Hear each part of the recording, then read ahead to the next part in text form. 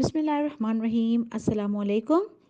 This is Sukena Shabir, dietitian and nutritionist, and today I'm going to talk about healthy heart diet.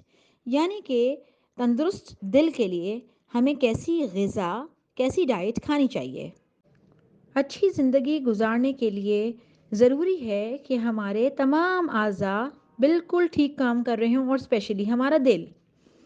तो वो diet, वो foods जो हमारे दिल के लिए अच्छे हैं, उनको अगर हम कंबाइन करें तो उसे हम कहेंगे मेडिटेरेनियन डाइट। मेडिटेरेनियन डाइट है क्या? मेडिटेरेनियन डाइट का मतलब है कि हम रोज़ाना अपनी ग़िज़ा में फलों का इस्तेमाल करें, सब्जियों का इस्तेमाल करें। इसके अलावा हम वो वाला ऑयल इस्तेमाल करें जिसे ऑलिव ऑयल कहते हैं, और अगर ऑलिव ऑयल को इस्तेमाल करना है तो इसको हम रोटी, जैसे पराठा है, रोटी है, उसके ऊपर लगाएं, या सैलेड है उसमें थोड़ा सा ऐड कर लें।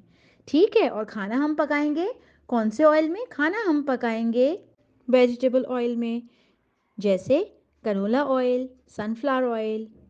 इसी तरह से हमें रोज़ाना जो हम ग़िज़ा खाएंगे उसमें कोशिश करनी चाहिए कि होल ग्रेन्स का इस्तेमाल करें। अगर हम रोटी खा रहे हैं या पराठा बना रहे हैं तो चक्की वाले आटे का बनाएंगे। गोश्त की अगर हम बात करें तो मुर्गी का गोश्त हफ्ते में एक आध दफ़ा लिया जा सकता है, और विजिबल फ़ैट हटा के। ठीक है, यानी कि उसके ऊपर जो चर्बी नज़र आ रही होती है मुर्गी के गोश्त के ऊपर, उसको बिल्कुल हम हटा देंगे। उसी तरह से उसकी स्किन को बिल्कुल हटा देंगे, जो बारीक स्किन होती है। मछली बहुत अच्छी होती है दिल के लिए, तो कम से कम हफ्ते में 2 दफ़ा मछली का इस्तेमाल करें। मछली में ओमेगा 3 फैटी एसिड्स होते हैं, जो कि पॉली अनसैचुरेटेड फैटी एसिड्स हैं, जो हमारी बॉडी के लिए बहुत फ़ायदेमंद हैं।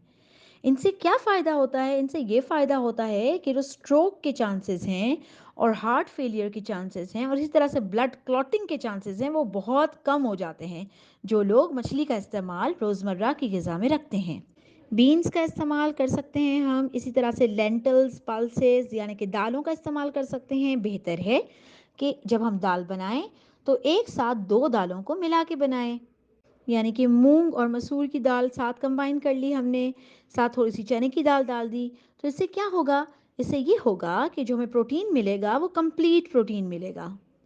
अगर हम दूध या दूध से बनी हुई चीज़ों की बात करें, जैसे योगर्ट है, मिल्क है, तो उसमें बलाई हटा के और उसका इस्तेमाल करें, और बहुत ज़्यादा इस्तेमाल नहीं करना, जैसे 1 से 2 कप तक दूध पी लें, दैट इज़ इनफ।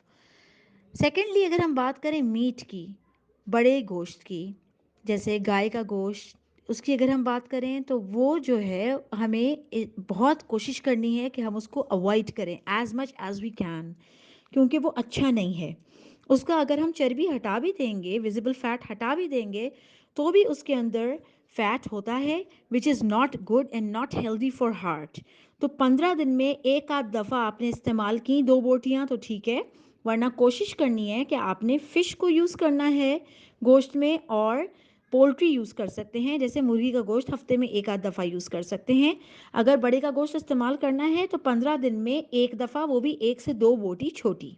इसके अलावा हमें और जिन चीज़ों को अवॉइड करना है, यानी कि अपनी ज़िंदगी से निकाल देना है या कम से कम रखना है, वो हैं ऑर्गन मीट, यानी कि नली, पाए, मगज़, ब्रेन, कलेजी। All these things are not good for our heart. नमक का इस्तेमाल ग़िज़ा में कम से कम करना है, और इसी तरह से चीनी और चीनी से बनी हुई चीज़ों का इस्तेमाल भी हमें कम से कम करना है। जो हम खाना पकाएंगे उसके ऊपर तेल नज़र नहीं आना चाहिए, means it should not be oily. उसके ऊपर ऑयल तैरता हुआ नहीं नज़र आना चाहिए। कोशिश करनी चाहिए कम से कम ऑयल का इस्तेमाल किया जाए। Thank you so much for listening. Please subscribe my channel, like my video and share it with your friends so that everyone can take benefit from this knowledge.